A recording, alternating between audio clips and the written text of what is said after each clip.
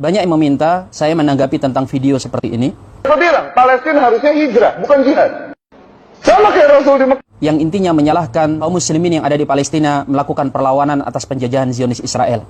Dan menurutnya, karena kaum muslimin di sana lemah, sebaiknya hijrah. Dalilnya adalah Nabi dan para sahabat ketika masih periode Mekah, mereka lemah, tidak melawan, dan kemudian mereka memilih hijrah. Benarkah pendalilan seperti ini? Tanpa mengurangi rasa hormat kami kepada pemilik pendapat. Tetapi mari kita tinjau ulang.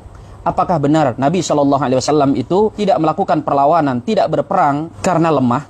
Rasulullah SAW dan para sahabat berada di Mekah, tidak melawan karena memang belum diperintahkan dan diizinkan untuk berperang.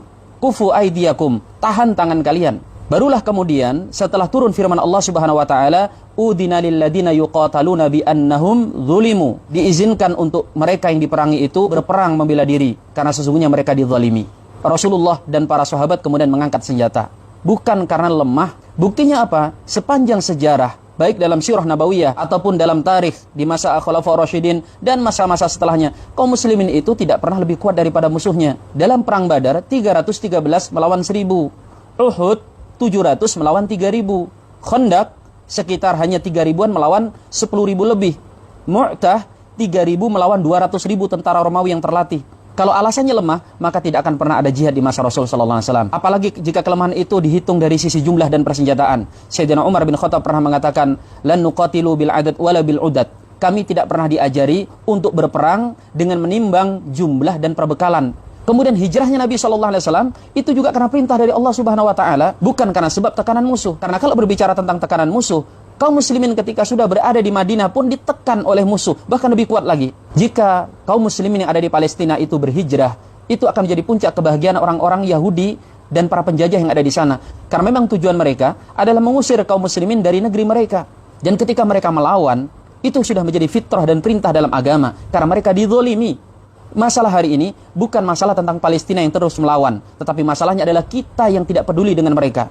Masalah hari ini bukan ketika para pejuang-pejuang itu tetap berjuang dengan segala keterbatasannya. Tapi masalah sebenarnya adalah ketika pemimpin-pemimpin di dunia Islam bungkam. Mereka seperti tidak peduli lagi kepada saudara-saudaranya ada di sana. Justru ketika para pejuang di sana terus berjuang, itu untuk mempertahankan eksistensi. Agar generasi demi generasi kaum muslimin tidak lupa bahwa kiblat pertama mereka sedang dijajah. Masjidil Aqsa sedang ditawan. Jika alasannya apa yang dilakukan oleh para pejuang sana tidak berimbas terhadap Israel, justru menimbulkan bencana lebih besar kepada kaum muslimin, karena Israel kemudian membalas dengan lebih membabi buta, ini juga mengada-ada.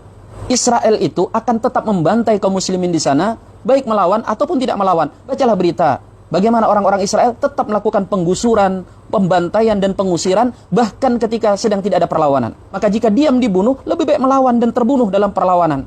Dan kalau alasannya Israel tidak terdampak dengan adanya perlawanan itu, Anda benar-benar buta dari melihat realita. Baca berita, bagaimana kerugian yang ditimpakan oleh para mujahidin sepanjang sejarah perlawanan. Kalau toh kemudian kaum muslimin juga mengalami kerugian, kemana kita dari mentadaburi firman Allah Subhanahu wa taala? In takunu ta'lamuna fa innahum ya'lamuna kama ta'lamun wa tarjuna minallahi ma la yarjun. Jika kalian ditimpa sakit karena peperangan itu, sesungguhnya musuh-musuhmu juga ditimpa sakit sebagaimana kalian merasakan sakit. Hanya saja kalian punya harapan kepada Allah yang mereka tidak memilikinya.